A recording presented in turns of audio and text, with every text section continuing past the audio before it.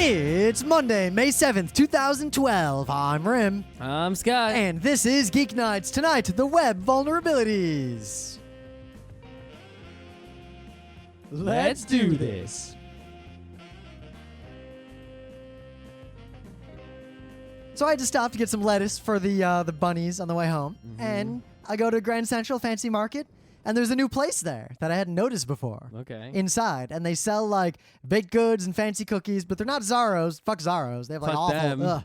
They have like the worst, blandest. Anyway, so I go over there and I'm like, all right, I'm kind of hungry, so I get like a cookie, and I get a little small package of cookies and 2 things of fancy looking crackers. And I go to the front to pay, and I don't really, when I buy small things, I don't like look at what they cost because I assume they're reasonable. So I get up there, and she's like, "That'll be $34.98," and I'm like, For what? What were you buying? So like I said, see, I was so half paying attention. I'm reading about to it. hand over a 20, and then I realize that won't be enough because of the amount of money she said, which doesn't jive with the amount of goods and services that I'm acquiring. What was the amount of goods? So I stop and I say, "Excuse me, $30 for that?" For what? That was 1 ginger cookie, like a normal, big ginger cookie. Not as big as the pan quotidien cookie. No, like a Which quarter the size of Which that. is $3 and change. Yep. 2 small boxes of fancy but very small crackers, and 1 small carton of about 14 cookies. So I'm like, how can this be $34 whatever dollars? This is ludicrous. And she gets really huffy, like, well, this costs this, and the crackers and everything were reasonable. That little pack of cookies was like $16. Nah. And I'm like, are they really that good? And she's like, yeah. And I'm like, well, I don't want them. It was this tiny pack. That would have been more than $1 a cookie for these tiny little cookies. They Damn. can't be that good. But I was dumbstruck by that. Like, I didn't know what to do. And What was it in them? Truffles? And gold? I don't even know. I picked Foie him up. gras? I picked him up semi-randomly. Foie gras truffle cookies. Even $2. then, $15. To be fair, the carton was really heavy, but it was clear. I could see inside there were not that many cookies. Lead. And we also did the Five Boro Bike Tour over the weekend. Yep. That was fun. Yep. I was a little disappointed that I was doing fine, like I was in the right heat, and I made it all the way up to like the middle front of the blue pack, and then a little over halfway through the race, my right knee looked at me and said, "You know what, Rym? Fuck this." And I basically had to do the whole rest of the race primarily using my left leg. So now my right knee hurts and my left leg hurts. Okay. But I did do a little bit of research and talk to a doctor, and I think I know how to handle this. Knee surgery. Nope. Knee. Hitting your knee with a book. It's Gideon's knee. So apparently this particular kind of knee pain is caused when you're pushing too hard with too low of a cadence. Mm-hmm. So the best strategy is to go into a lower gear. And if you're going on a long distance bike race, the doctor and a bunch of websites I found said that you should be pedaling above 80 RPM. Otherwise, you're prone to that over long distances. And sprinting and all these things are different, but I thought that was interesting. Thought you should know. Mm-hmm. And by you, I mean all of you out there. So use lower gear, pedal harder? Basic pedal faster, not harder. Right. But I mean, it was fun. I got a time lapse. But what if I'm pedaling over 80 RPM and it's just spinning because I'm going too fast? Then you need a differently geared bike. Okay. My only complaint, well, not a complaint, because this was not a race. It was not like a hardcore, like... There was no prize for coming in first. Nor could you come in first, because... There is no first. More than well, there is a first person. The problem is more than half the people in the event are people who have to walk their bike up all the hills. Or little kids. Yep. I actually didn't see half the people walking up the hills. I saw like 1 in 20 people walking up the hills. I think like whenever I got to a hill, there would be 1 or 2 people walking, Scott, and everyone else biking. I think the reason I saw more is that I was in the second heat, so I passed the entire trailing edge of your heat. So I passed all the slowest people in the front heat, and they were walking up every stupid hill. I was in the front heat, and I went and basically, the first people to leave. I got to Astoria, and for the first time ever in my life, during a strenuous athletic activity, usually what happens if I try to like run a mile or something is my lungs go, ow, don't breathe no more. Except not a heart attack. I said. Right. And then I go, oh man, my leg still feels good. I could keep going. My heart lung is like, nope, you're not going anywhere. Well, this time I was going on the FDR, and I was like, oh, man, the FDR, I can never bike on this because I would die, and also you're not allowed to. And I'm going. I'm just going up a little hill on the FDR, and I'm like, my legs are getting tired. Well, Scott, you know what happened? You used to be pretty sedentary. Now you move your ass. And then I went to the Queensboro Bridge, and I'm like, oh, Queensboro Bridge, I go over you every day. Upper level, twice as steep. This is no problem. And then it's like, guess what? You're not going on a pedestrian path today, son. You're going to upper level. It's way higher. And I'm like, oh, my legs. The thing I got to say is this was not... Granny gear, help me. This wasn't like, other than going over the Verizon at the end, like that extra few miles, this was not more than like what I do in a typical weekend. But... I got to ride places I normally don't get to ride. Yeah. So I'm I'll do it next year. BQE, all concrete. Yeah, I think my favorite part was riding over the crazy entrance and exit ramps on the Queensboro Bridge. Yeah, but anyway, so then I get to my house, and I'm like, my house? It's literally right next to the friggin' bike tour. So I'm like, I'm just going to go to my house. I'm like, there's no way that everyone will pass me in like 10 minutes. So I go inside my house and I realize, whoa, I am way hungry. I literally shoved a sandwich and a banana and like 2 glasses of apple juice, and I refilled my water and drank the water and refilled the water and peed and did all this stuff and stretched. And then I go back outside, and I was in the blue group, and I'm looking at, I'm figuring red people are going by now because I basically stood still for 10 minutes. Still blue people. And then I bike for 5 minutes, and I brought a banana with me, by the way. And you hit that mandatory rest stop. I bike for 5 minutes to the park, not even 5 minutes, and there's a mandatory rest stop. And then, so I'm at the mandatory rest stop. I grab my banana to eat it, the second banana. My sweet I drop the banana, and a dude immediately steps on it. And then I look at the rest stop, there's infinite free bananas. I'm like, fuck. They were, They were a different brand. It didn't matter what brand they were. I could have, and I thought about, seriously considered, grabbing a whole bunch of those bananas, going back to my apartment. Just bike away with a whole crate of them like at RIT. I'd be like, well, no one in the red group caught up with me in 10 minutes. That would take about 15 minutes to go get Scott, a bunch of free bananas. One trouble with this, notice how, and I got a picture of it, those bananas were all perfectly ripe. They were exactly good. They would not have been good like 10 minutes later. No, they were just fine. But I ate like 2 of them, and then I had Lara bars, which were free, and oh my God, I never had those before. Those are really good. And whatever, awesome free rest stop. And then I biked the rest of the way.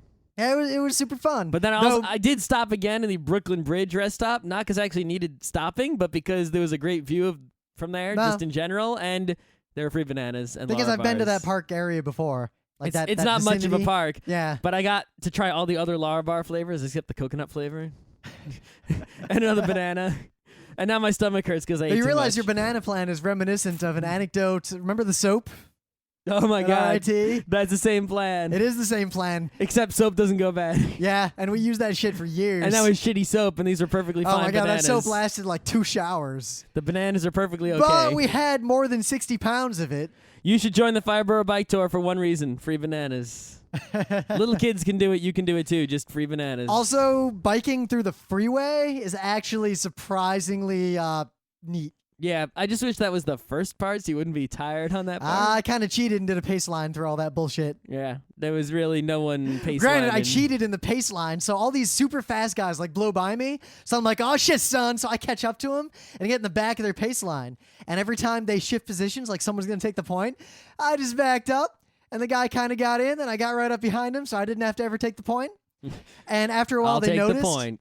Yeah, after a while, they noticed, and they all just like sped up way faster than I could possibly go, and that was the end of me. Yeah, I think next year I'll get a faster bike. Yeah, well, your bike... Because I test rode the $5,000 bike on Saturday.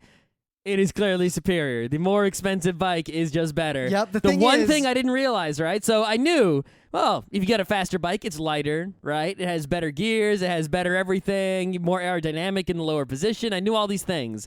But I still also knew physics, right? And if you get a faster car, it has a bigger engine. No matter what bike you get, the engine is your legs. So there isn't a bigger engine even on the better bike.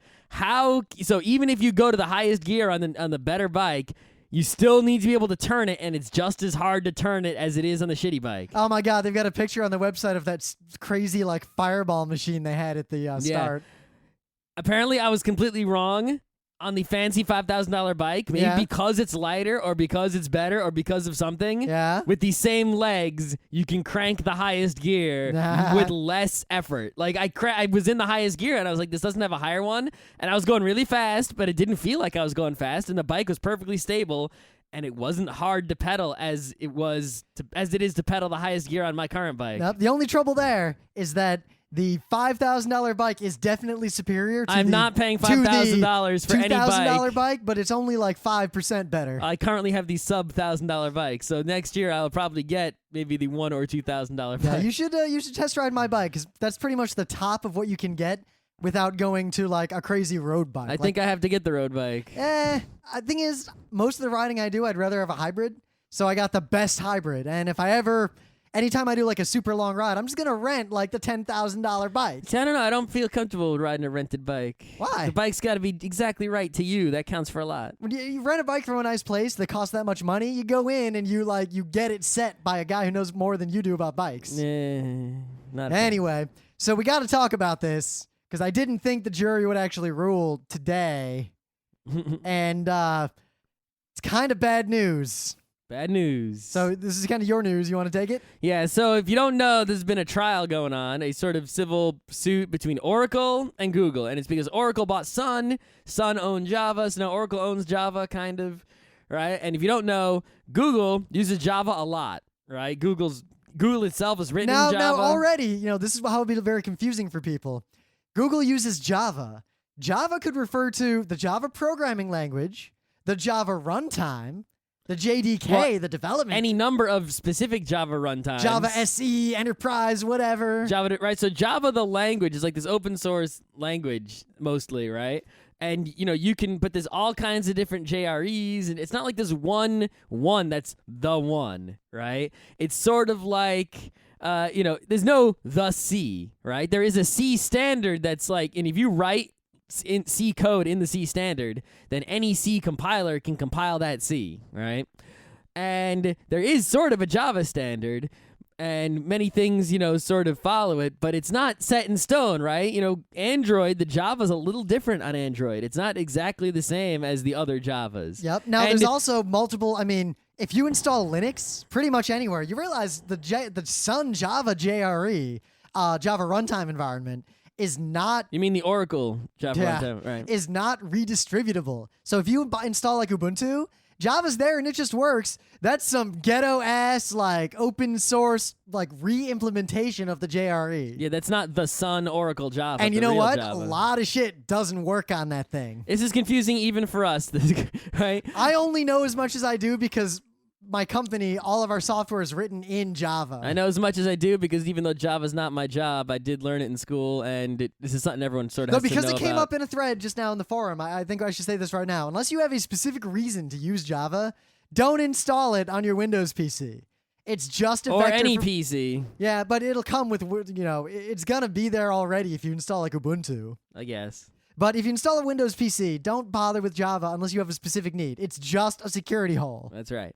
Anyway, because it means that you visit someone's webpage, they can now run Java code on your computer, which is usually safe because there are security restrictions on that. But there are often security holes. They get announced constantly, and that's why Java keeps updating constantly to fix them. And if you don't update it fast enough and you visit the wrong website, now you're fucked. Java also, 1.6 has been the standard for pretty much forever lately.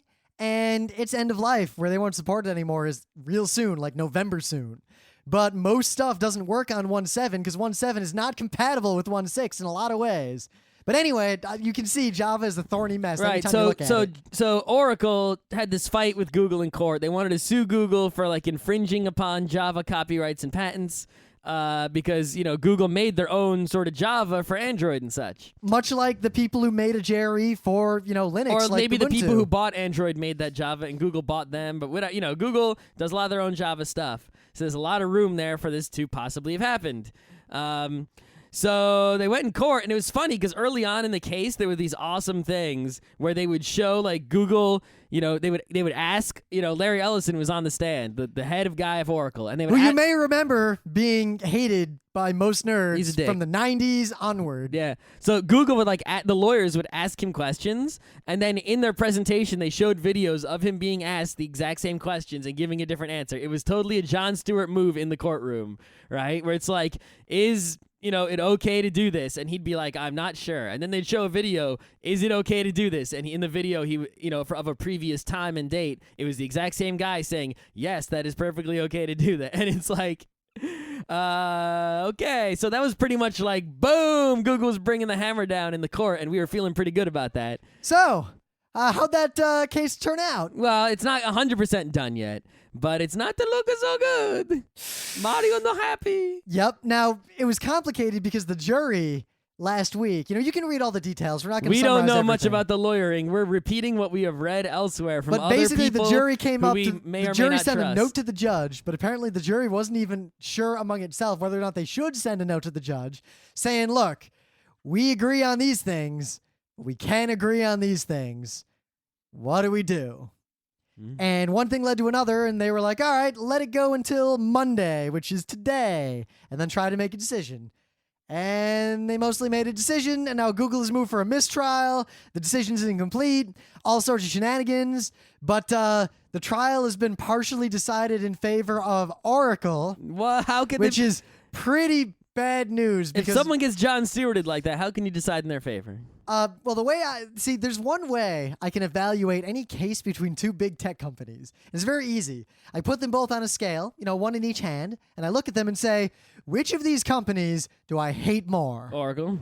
Well, then Oracle should lose. That's right. And if I hate them both equally, I want them both to lose in some sort of Pyrrhic victory. Some where, sort yes, of King Solomon situation. I want the situation where, yes, you win the fight. TOS are not enforceable. I mean, if TOS are or are not enforceable in any absolute sense, we win. That's right. But, yeah, I didn't want Oracle to get anything here because Oracle has been pretty bad for nerds for a long time. So yeah, if you are a nerd, this is actually really important. And even if you're not a programmer or a technology person, even though you should be, because otherwise you're going to be left behind in this futuristic world of high-tech stuff, this will come down and affect you, especially you millions of Android phone users.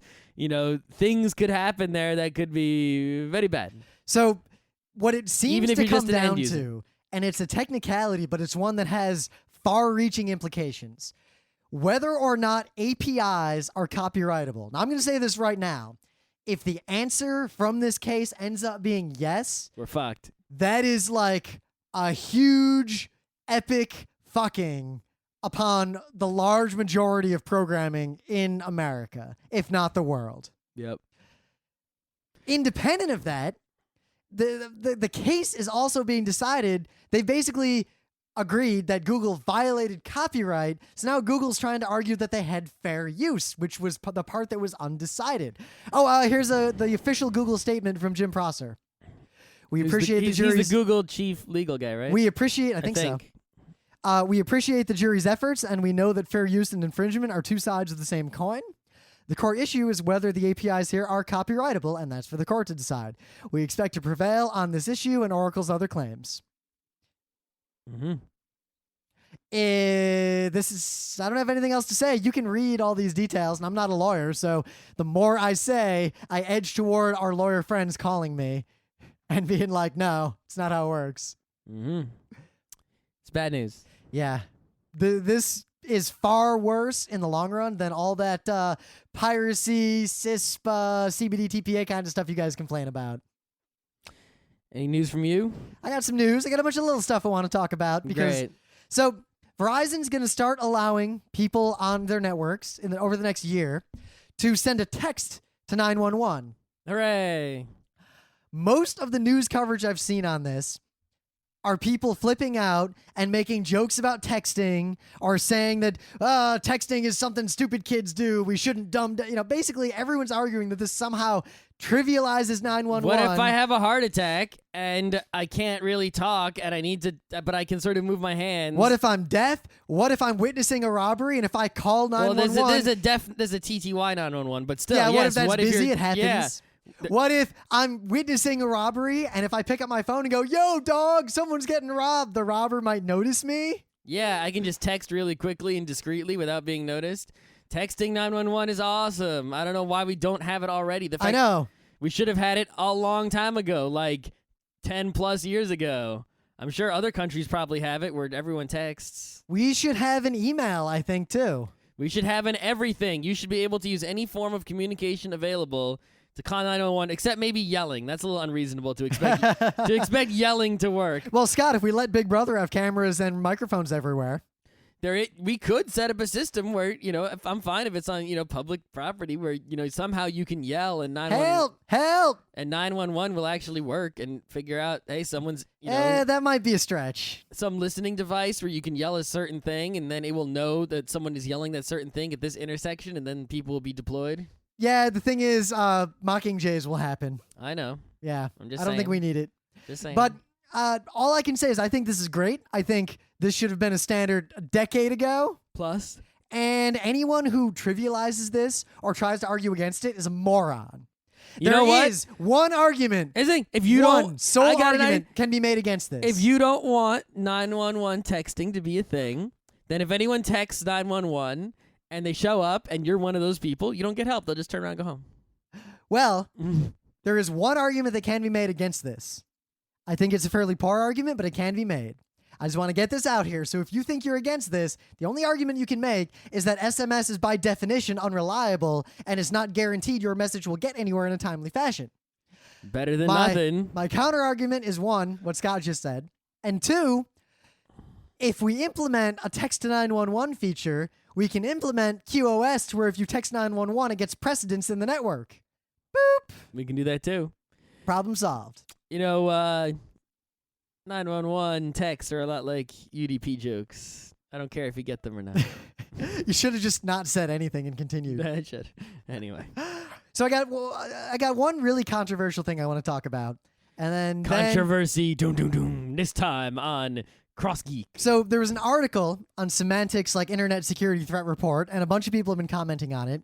The gist of this is that religious and ideological websites have far more security threats per year than pornographic sites, pretty much across the board. That is not unexpected. I know, but a lot of people are, again, mostly non-tech people, freaking out about this. And it harkened back to a conversation I had with Emily and some people not that long ago. I was explaining to a whole bunch of people that the most dangerous websites you can visit in terms of malware are not the scary porn sites. It's MIDI files, song lyrics, and cursors. Well, yeah, so basically what it comes down to is obviously whoever did this research, if it was real research even and not just a made-up thing, right? It's semantics, so I give it a 50-50 shot. Right. Is that they only looked at these two categories, but in fact, these are just subsets of larger categories. The fact is this. Websites run by technology professionals have fewer vulnerabilities than websites set up by some schmo, right?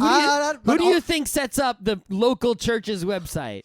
Some outsourced local guy who sets up crappy restaurant websites. No, the security vulnerabilities, this is actively... on some crappy managed hosting, running some old-ass who knows what. But this is actively bad software attacking people who visit the sites, injected usually via ads. Right. It's somebody who set up the website, set it up real shitty-like, and then somebody else came and put evil things in that site that were, not the person who set the site up. The church people didn't put it there. Someone else put it there because the site was so shitty that someone else could infect, right? Meanwhile, porn sites are run by, at least the big ones, especially. Well, a friend of ours... have to be capable of delivering lots and lots of video. Scott, you may recall, and a certain friend of ours ran a porn site at RIT. Well, and he made wasn't decent technologically sophisticated, but most porn sites are run by highly technologically sophisticated people, even if they don't look like they are. Well, porn sites because are also they're covered run in porn and ads as a business, and have a vested interest in not fucking their customers. That's right. So they definitely want to pop up all kinds of ads on you and shit like that. And some of them want to purposefully infest you with viruses and such. But people who look at porn know which sites are good and which ones aren't good. And if their site gets all their browser gets all virused coming to your site, they're not going to come there again. So I give to you right now a very easy way to tell if a site is likely to be dangerous. If it has universal or very mass appeal to a demographic of people over the age of 45. Yep. And is something generic and probably non-copyrightable. For example, a website that has cursors for your computer. Puppy wallpapers. Yep, Puppy Wallpapers is probably the worst possible site you could ever visit. iPhone wallpapers, free iPhone, free iPad. Free anything. Yeah. Pretty much, anything. Song lyrics, because song lyrics are not, you can't just legally put them up because of copyright BS, which I don't want to get into that argument. So one, the only people who post song lyrics in any sort of database or archive are usually overseas and dodgy anyway. And two, song lyrics are super searched for by teeny boppers and older people. Pretty much and non-technologically savvy people. Pretty much any website that was set up, e-greeting cards, anything that was set up either intentionally by some, you're going to have the intentional virus, put there by the website creator and the kind of site Rym is talking about. But also, the websites that are run by people who are not technology experts are likely to have the virus put there by someone else who didn't create the website, attacking the website and installing a virus in it that then hits all the visitors. So you got to watch out for both kinds.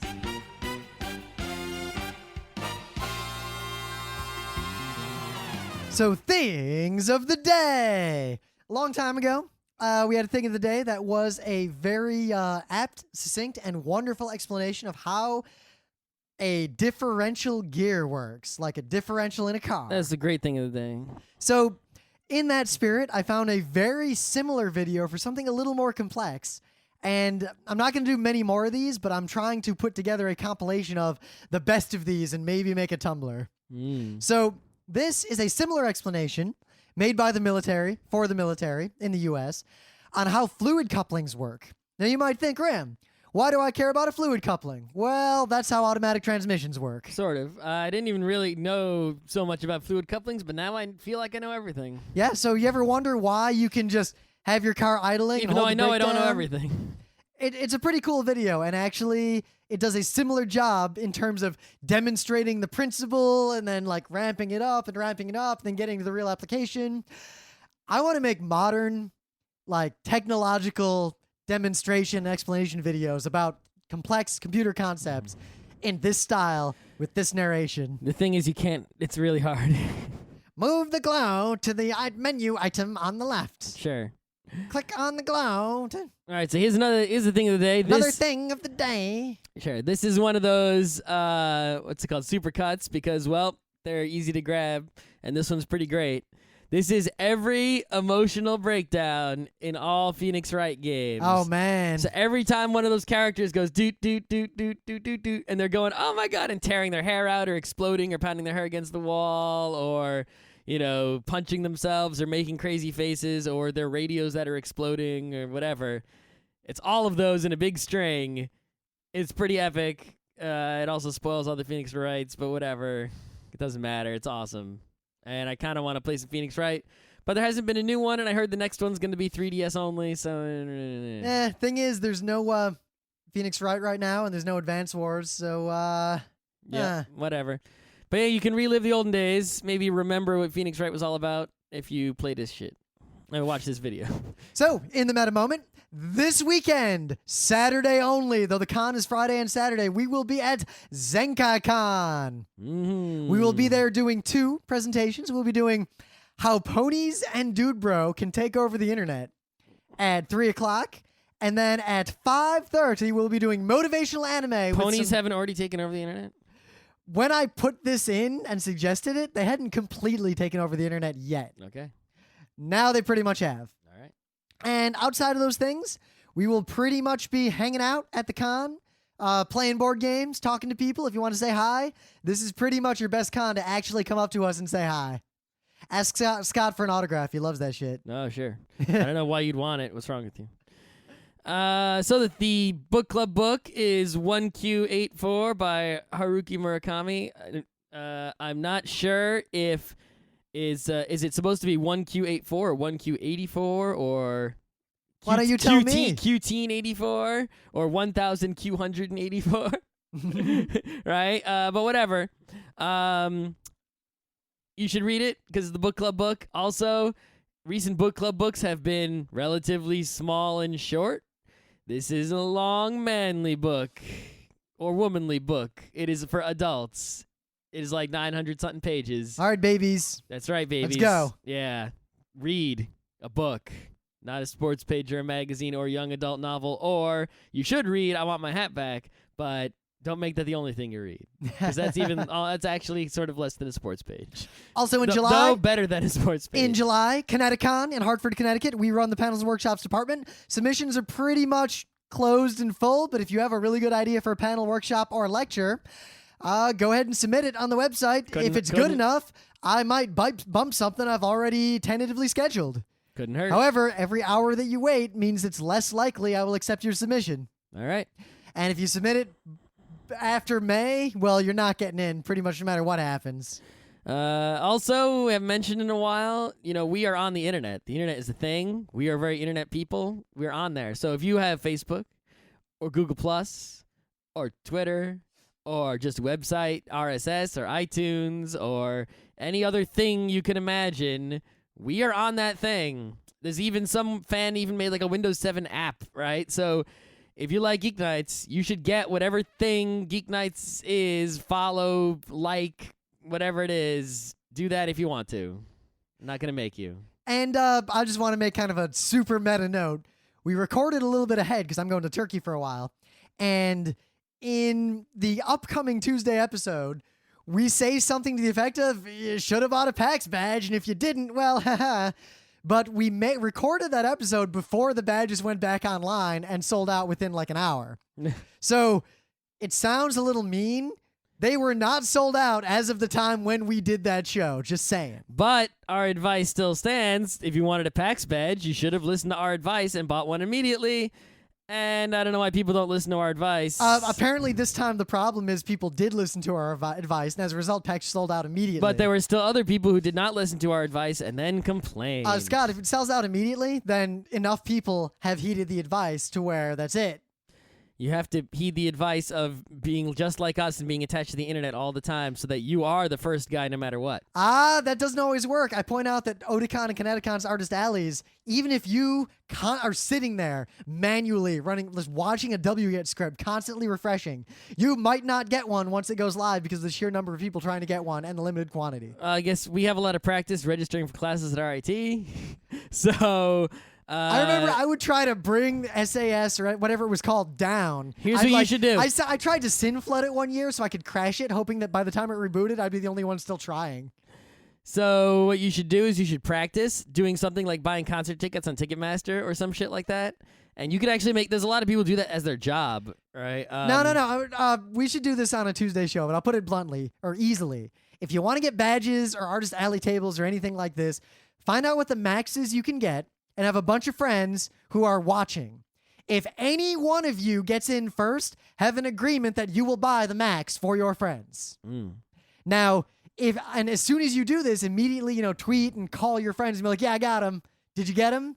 And on the off chance that you get some extras, and because it's so hard to get them, it's unlikely that all of you will get a full loadout of extras. Even if you do, you can easily sell them. Yep, you should probably sell them at list price or you're slightly douchey. It depends. Scott, it's okay to scalp, however, in a technical sense. However, you're being a dick when you do it for an event like PAX. I think that's just because the PAX community pushes down on you. I actually don't have any moral problem with it. I don't have a moral problem with it. If you purchase a good that is in high demand and low supply, and you own that good and it is your right to transfer that good, you should get the maximum monies you can get for that good. But, Scott, I have the alternate argument that PAX is deeply artificially discounted for a lot of specific reasons. That's not my problem. So no, but so you didn't. I said it's perfectly morally okay to do it. However, you're kind of a dick if you do it. You're But there's also nothing kind wrong of with stupid that. if you don't, because you just gave away a bunch of free money. I would But just, if I had an also- extra PAX badge, I'd just give it away to someone who really needed it. I But might that's me. give it away in a contest or something, but I definitely wouldn't just sell it at list price. That'd be lame. Well, I would sell it to someone I knew at list price. Maybe. Give it away to someone I knew a little better. Maybe. But anyway, so this was your show, your idea. Right. So I feel like we've discussed this on the show. As do I. In the past. But despite great amounts of searching, I could not find a show on this specific topic on its own, even though I think we've discussed parts of subsets of it, which we'll rediscuss today. Also, even if we did the show, I don't think it was very well listened to or remembered. It's an interesting topic, and we have no other Monday ideas. So let us discuss security vulnerabilities, but specifically security vulnerabilities in websites and to people who visit websites, since that is most of what people do with computers these days, and the vast majority of security problems in the world these days are these kinds. Now, we're not going to talk about stuff that is related to that, but not kind of germane. Like, for example, Trojans. If you download an executable file and run it with elevated privileges, fuck you. You're already too far gone. It doesn't matter. That's it. That's it. All right, so let's just get right into it, right? So the first thing, which I definitely know we've discussed on the show in the past, is injection attacks, SQL injection, right? There's a famous usually HTTP. SQL injection, but there could be other injections. Johnny single quote drop tables. That's right. So let's say you've got this website. And there's a search on the website. So if you type in, I want to search for Geeknights, right? What does the server do? It says, select from the table where the title contains the word Geeknights, quote, semicolon. Well, what if instead of typing in Geeknights, you type in Geeknights, quote, semicolon, select. Drop tables. Drop whatever, tables. right? All kinds of other evil things. Well, now what happens is the web server takes that, and instead of, where it would normally put the word Geeknights, it now puts the word Geeknights and also a whole bunch of other evil stuff, and it actually does all the evil stuff because it's a stupidly written web application. So how do we get around this? Because the easy way... surprisingly large number of websites are still affected by this. In fact, I think most it's of those because shitty ones run by churches and such. It's for certain kinds of input, it's very easy to sanitize your input, but a lot of the obvious ways to sanitize or clean up input are reliant upon things like JavaScript. Like in the browser, it'll see you type like commas and things and remove them or encapsulate Yeah, them. that doesn't work because I don't have to run that JavaScript. Exactly. I'll disable the JavaScript, or I'll just won't even visit your website in my browser. I'll just use curl and send stuff to your server. Yep, right? and even if you do all it on your the server all your level- security, you need super security on the back and the front. You can't rely on the front to protect the back or the back to protect the front. There's a particular one for XML. It's called like the million lols or the billion lols,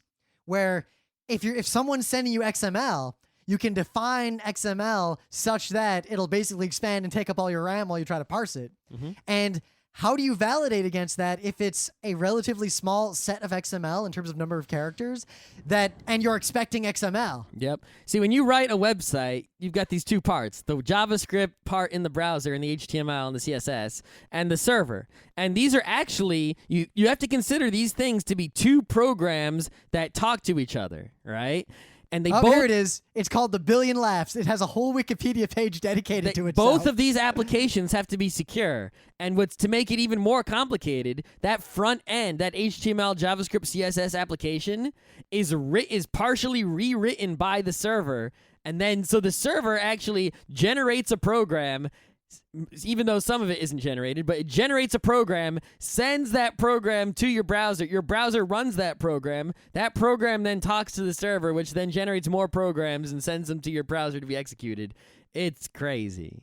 And that's why it's hard to get exactly right. But if you use a modern web framework instead of just writing your website from scratch, or if you actually have technologically intelligent people writing your website, injection is so easy to not have, because what just happens is every single quote that's coming over the line gets backslashes in front of it, the correct number of them, and then the backslashes are removed at the appropriate times and added at the appropriate times, it's a solved problem. And if you do that, then if someone tries to search for Geeknights blah blah blah drop tables, then what'll happen is they'll find every article that has the words Geeknights drop tables blah blah blah in it, and they won't find any articles and nothing bad will happen. I guess the point is, to simplify it, if you're trying to catch all these things on your own by thinking about them, you're gonna miss something. You're doing it wrong. You've got to use a framework. Like, there are XML validation engines whose sole job is to validate XML based on other schema you define to figure out all if of these it's legitimate problems or not. have been solved, and if you try to solve them again on your own, you will fail in some aspect. Most of the time, these vulnerabilities are caused by people using old software or their own software instead of the tried and true software. Right, and not updating it or something. So, Scott, this billion laughs XML bomb is actually pretty funny now that I'm looking at it. Yeah. Entity lol has a string of lol. Entity lol1 is a set of 10 instances of lol. Lol2 is 10 instances of lol1, etc. Until you've got like 9 of these. And then it's just lol9 in lol's tags. That's right. It's pretty good. Yeah. So whatever you do when you're making a website, make sure you use things that other people have written. Use OpenSSH. Use OpenSSL. Use some framework like Ruby on Rails or Django or, Symfony or any of those web frameworks that already has a bunch of code written. So, Scott, a buzzword that is out there a lot, and we once a long time ago had a forum that was actually vulnerable to this sort of thing, is cross-scripting attacks. Well, cross-site scripting attacks. Yes. Well, you can have intra-site scripting attacks. Like, we had 2 forums. Oh, you could, yes. We had 2 forums. They were both vanilla a long, long time ago. You guys probably wouldn't even know that other forum that we ran. But and it's not the one that had the old Geeknights on it. It's a third other old forum. But I digress. They were on the same site, but they were both vanilla. And it was pretty trivial taking a cookie from one to get access to stuff you shouldn't have gotten on the other one by making user IDs. Oh, well, that's actually slightly different. That is a subset of a cross-site scripting attack known as the cross-site request forgery. It is, but in fact. I'll get to that. Let us talk about cross-site scripting attack, right? So every web browser, every major web browser at least, and you would be stupid not to use a major web browser, has this thing called, I think it's, I don't know the exact word for it, but basically it's the same domain guarantee, right? I think there's an actual term for it. But basically what it does is Firefox, let's say you have Firefox, right? And you go to a website, and that website includes some JavaScripts from some other website. Those JavaScripts from the other website aren't going to be allowed to really do anything because they're from some other website. They're going to be severely limited, if not completely disabled, right? Because it only trusts things from the website that you're on. So if you're on Google.com and there's some shady JavaScripts trying to load from FrontRecruiter.com, your browser's just not even going to do those JavaScripts. They're just not going to happen because obviously that's a no-no. Right? And even if, let's say the JavaScript that Google gives you tries to do something to frontrecruiter.com, right? So the Google JavaScript tries to grab the front page of frontrecruiter.com and load it up. That's probably not going to work, right? So, Scott, why do we block this sort of thing? Like, why do browsers block it? Because then it would be it would be trivially easy to do all sorts of evil goodies. For example... well, here, I visit my Facebook, and I got a cookie. I'm authenticated. And then I visit a bad website. And it runs JavaScript that figures out I'm logged into Facebook and deletes my profile. Yep, that can happen. Bam! So how does one of these things actually get through? Well, there are ways to do this on purpose that work, like such as JSON P. And I'm not going to go into the details of that, but basically, it's, let's say I have 2 domains. They both belong to me. I own them. I want one of them to hit the other one. So let's say I own Twitter and I own FrontRecruiter.com, and I want you, when you visit FrontRecruiter.com, to have like this little Twitter thing happening in the middle of the page. I need to be able to have the JavaScript talk to Twitter.com. I can make it happen if I jump through the right hoops, legit-like. And that's okay. But those same hoops can be sometimes forced unlegit. And that's not okay. So usually the way this happens is, let's say you got a forum, right? And someone makes a post in the forum. And they post some JavaScript in their forum post. Usually the forum should be removing the JavaScript from the forum post. But sometimes an old stupid PHP EBV from 100 years ago isn't going to do that. Yep, like it'll have a blacklist of things you can't use, and blacklists don't work for security. No kidding. So what happens is now everyone else who reads that forum thread, this JavaScript that they're getting is actually coming from the same domain as the forum, which means that JavaScript can do what it wants. And now that JavaScript is a no good JavaScript that I put there, not the person who made the forum. JavaScript doesn't but care. me, some guy who JavaScript just takes posted what in it the wants. forum. That's right. So now suddenly it's doing all sorts of nasty shit. So everyone who visits this website is executing this bad JavaScript. Vulnerabilities like that happened in the earlier days of Facebook. They've happened in a lot of mediocre forums. There were things you visit something. Even the biggest websites are vulnerable to this shit, and you have to be extra super careful, right, not to have it. Now, if you don't know better, again, aside from using standard platforms and protocols and using like real frameworks, generally don't let people use anything other than basic HTML on anything public. Yeah, this is why you'll see on a lot of websites, like Wikipedia makes you write things in wiki language. And well, that's also because wiki language is kind of standard and it's that's more all, but I'm generic saying than is HTML. that you It's go to more other about content. websites, they don't let you comment in HTML. They make you use the BB code or some other kind of language or Markdown or something like that because the parsers for those languages will remove all sorts of evilness, and you won't be able to type any JavaScripts or HTMLs through those parsers and actually get it made to the other end. You're just limited to the things that a user should be limited to, like bold, make a link, put an image there, and that sort of thing. And you can't do anything else. If you're allowed to freely post HTML and JavaScript, you could put all sorts of evilness in there. So what about, because a common problem or a common place people get malware is not websites themselves, but the ads hosted on those websites bought from shady people. You can't, protecting against those is pretty much the same as protecting against, actual problems on the website itself. Well, this is number one reason, right? If you're a web user, even if you are one of those people who really believes that you should look at ads because it makes money for the person with the website, ad block. You should use ad block to protect yourself from evil. And here's why, right? A lot of people run a website and they run ads, but they don't actually, some people, manually sell their ads. And like Penny Arcade. Like Penny Arcade. Penny Arcade says, send us a JPEG and we will make an ad for you.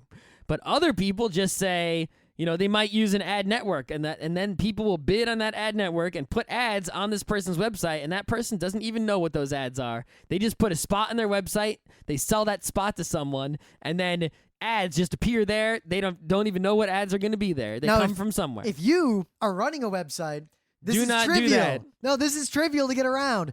Only get ads from like Google AdSense or something reasonably safe. And even then, Google AdSense could be compromised. It could be. But at least if you go with a legitimate ad provider, you're probably a lot less likely to get caught. And if you get caught, you're in the same boat as 1,000 other people. Right. But if you get some shady porn guy or some shady religious website guy. Or online gambling. Yep.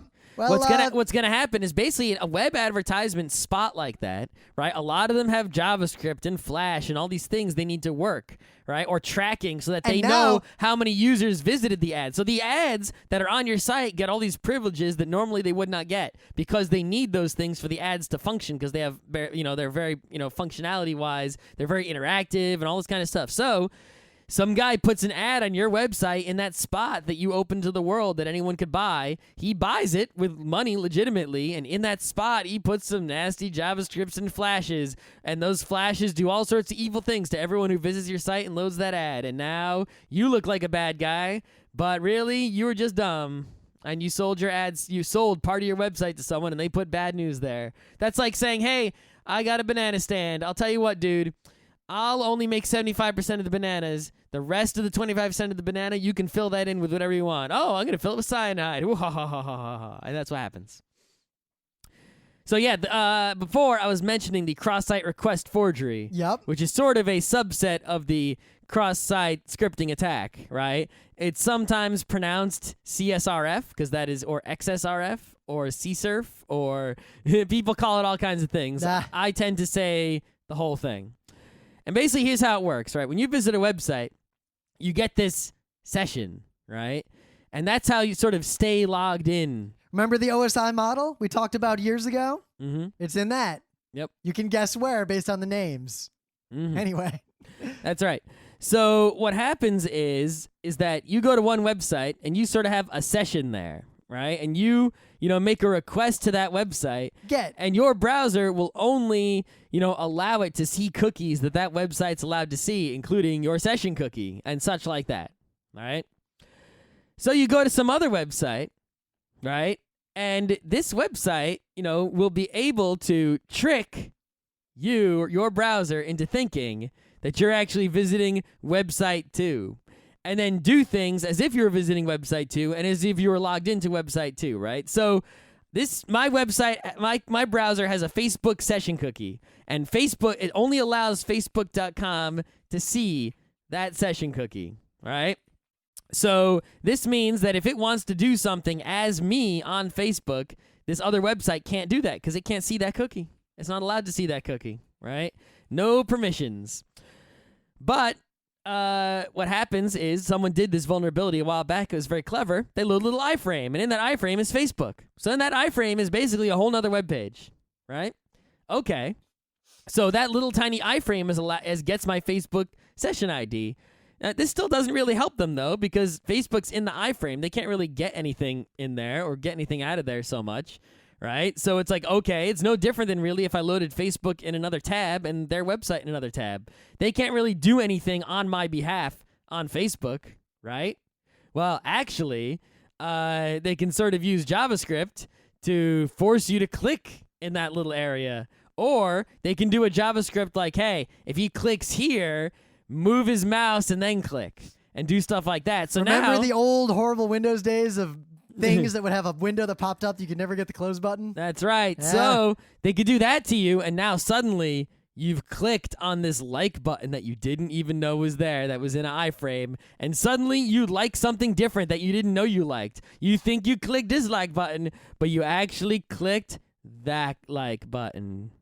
Oh, no. Right? There's other things that you can do. For example, like you could send someone an email, all right? And then in the email would be something evil, but they read that email with webmail, right? And now, so you're on gmail.com, there's an email there. Gmail is very smart about removing this kind of evil stuff, but let's say you're using another one, like, squirrel mail or something, you go there, and, there's something evil in the email that's now running on the domain of your web email provider. Bad news. Bad news, right? You've also got to worry about things such as, images, right? Like you're allowed to hotlink images, right? Yeah, Google image search is actually kind of dangerous in some ways, though it's gotten better. Because if you search for generic things, it'll, one, take you to websites full of crazy malware. Mm-hmm. And two, the images themselves, if you click on the link, could have bad stuff around them. But here's the real trick, right? So the way browsers work is if there's an image tag, right, it doesn't care if it's from a different domain. It loads that. If I do img src equals google.com, you're not going to see anything on the web page where that image is supposed to be. But the browser is still going to load google.com, even though I visited frontrecruit.com. Now, the simplest exploit there is really simple.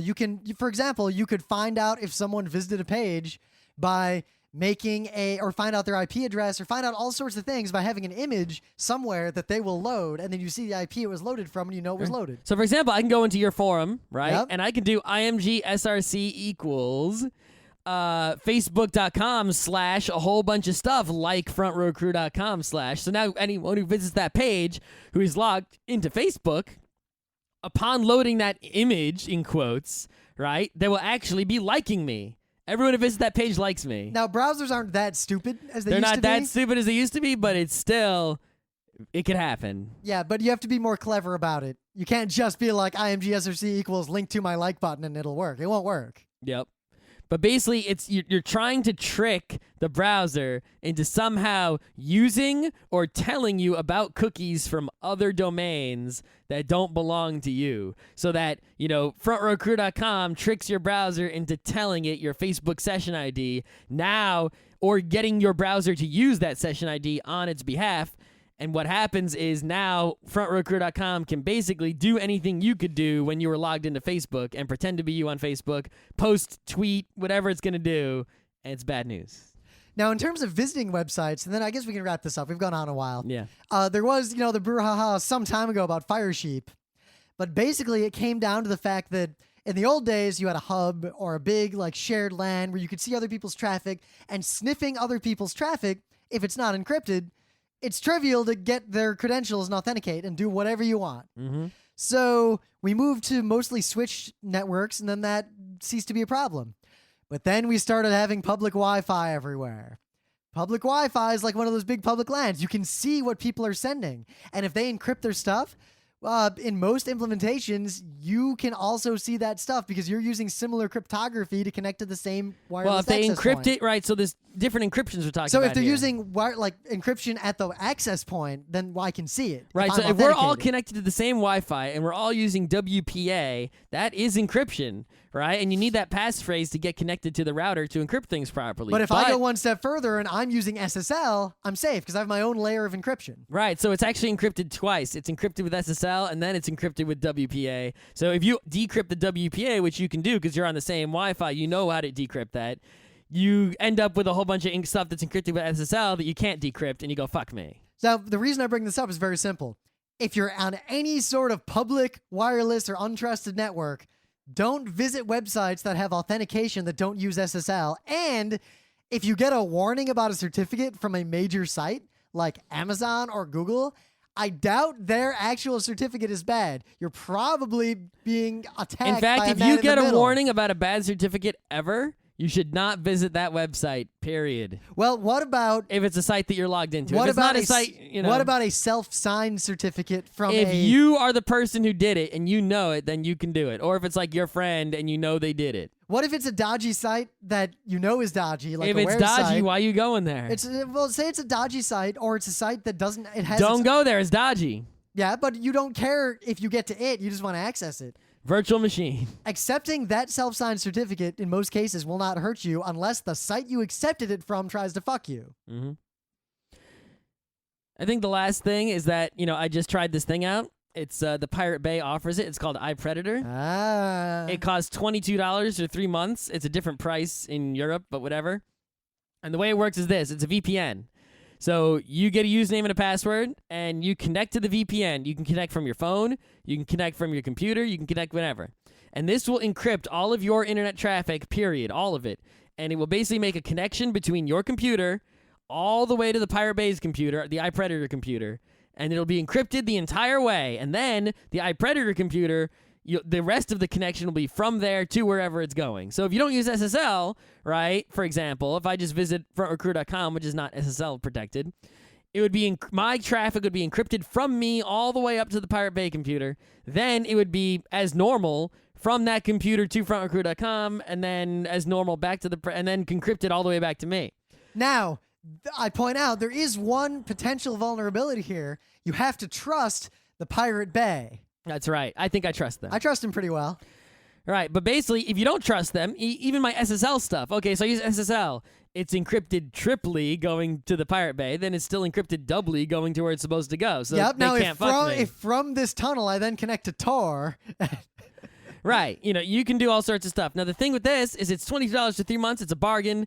It protects you from the fire sheep completely if you're using open Wi-Fi.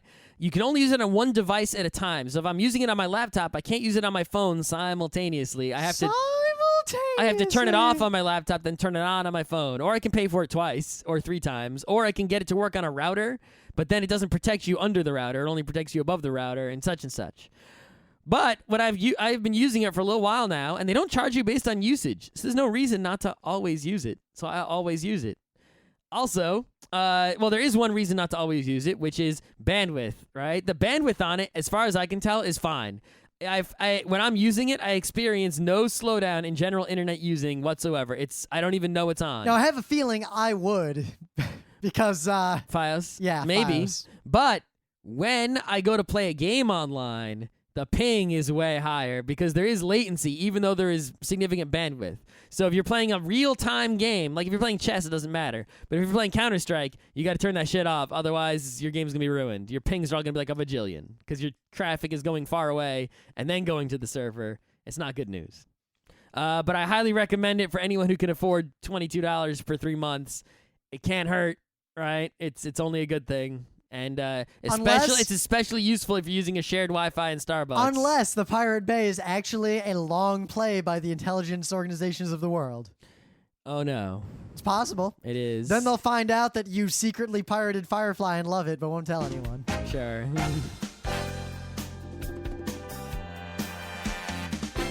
This This has been Geeknights with Rym and Scott. Special thanks to DJ Pretzel for the opening music, Kat Lee for web design, and Brando K for the logos. Be sure to visit our website at frontrowcrew.com for show notes, discussion, news, and more. Remember, Geeknights is not one, but 4 different shows. Sci-Tech Mondays, Gaming Tuesdays, Anime Comic Wednesdays, and Indiscriminate Thursdays. Geeknights is distributed under a Creative Commons Attribution 3.0 license. Geeknights is recorded live with no studio and no audience. But unlike those other late shows, it's actually recorded at night.